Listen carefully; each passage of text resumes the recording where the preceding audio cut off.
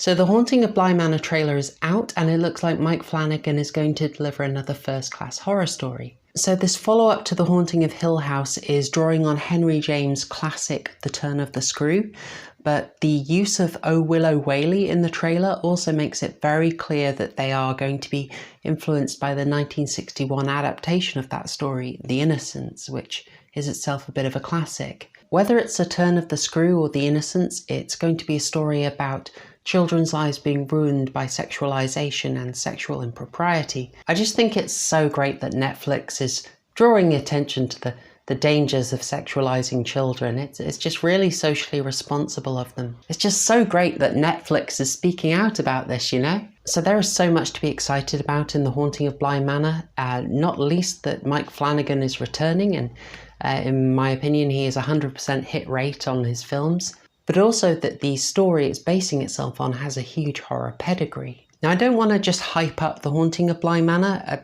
Everyone's going to do that. I want to talk about something in it that makes me incredibly excited.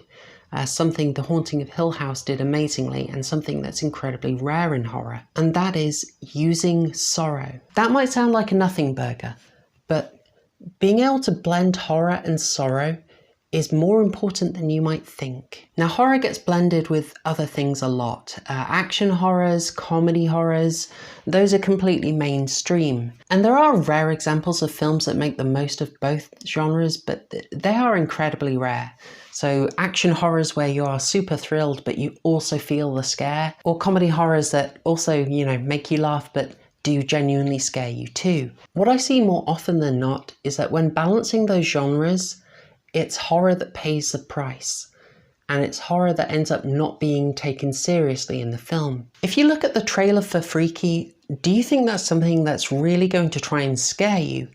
Or is it just trying to get the cash of the horror audience? You know, 24 years after Scream, I still don't think studios have learnt the lesson, and they're over-relying on irony in making horror movies. It might seem like a weird criticism, but in my mind, the films that over-rely on irony in horror, they're doing that out of self-defense.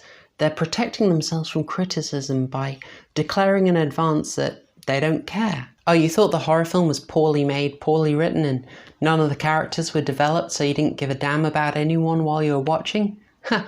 Joke's on you, buddy. I didn't care while I was making it. Yeah, I made it ironically, bro. I don't care about anything. That's how cool I am. And don't think because I said that I don't have an absolute ton of love for Necronomicon, Brain Dead, The Babysitter, or Tales from the Crypt's absolutely amazing Demon Knight. But what I'm absolutely loving at the moment is that there are so many new horror films that aren't doing irony, that are taking themselves seriously, and seriously engaging with horror. And the major advantage of taking it seriously, of not just putting up 7 proxies of irony, is that these films ask you to really emotionally engage with, connect to, and invest in the characters. It asks you to care. And if you can care about the characters and the story, then you have some amazing options available to you, including this main one, of using sorrow, of using grief. Now, you can't bring in the feeling of sorrow or grief if you don't know and don't care about the characters, because those are deeper emotions. They stay with you longer, and films that stay with you longer make for better films than those that are just disposable popcorn fare. I mean, those have their place. I do love them, but they don't really elevate the genre. And it is rare enough that people take horror seriously. I like having new films that you can show people that are serious, that are impressive artworks. To see what I mean about how powerful it can be to blend horror with sorrow and grief, you have to watch these films.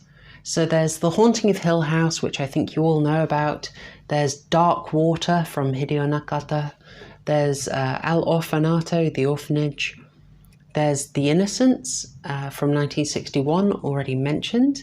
There is The Mist, and The Descent gives it a go, but it's less a focus of the film, and I don't think it lands as much as the others. And of course, channel favourite Candyman, you could say tries to engage with it a bit. it does make it very clear that you're meant to think about characters a bit after they're gone. And that's all I've got. I told you it's super rare, and that's a shame because these films are amazing and they will stick with you. Now, these films are important because they show the potential of genuinely believing in horror films and trying to really connect emotionally with audiences.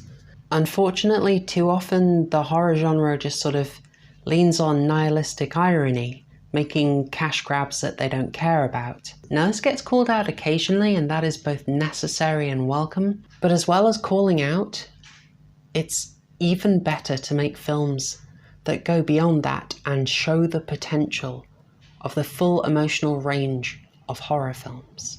We need more stuff like The Haunting of Hill House. And I reckon we're going to need a lot more like The Haunting of Bly Manor. Oof, talking about horror films again, it's been a while, hasn't it? I know that was a little atypical, but I do really like talking about the horror genre as a whole and thinking about trends within it. I'm hoping that I've prompted some interesting thoughts and consideration about more serious horror films, and I'd be really interested in hearing from you what you think about how horror tends to work with other genres, whether horror does often end up taking the back seat and just being taken less seriously. That is all from me this week. If you like what I do, please do like and please subscribe. I'm a tiny channel, so every new subscriber is an absolute delight. The next video coming up is going to be a Fails from the Crypt. Yes! I know y'all like them, and it's just a chance for me to talk about the hottest trends in horror movies at the moment and then do a bait and switch on you, like always. Okay, that's all from me. Thanks, y'all. Cheers! Durango 95 purred away real horror show.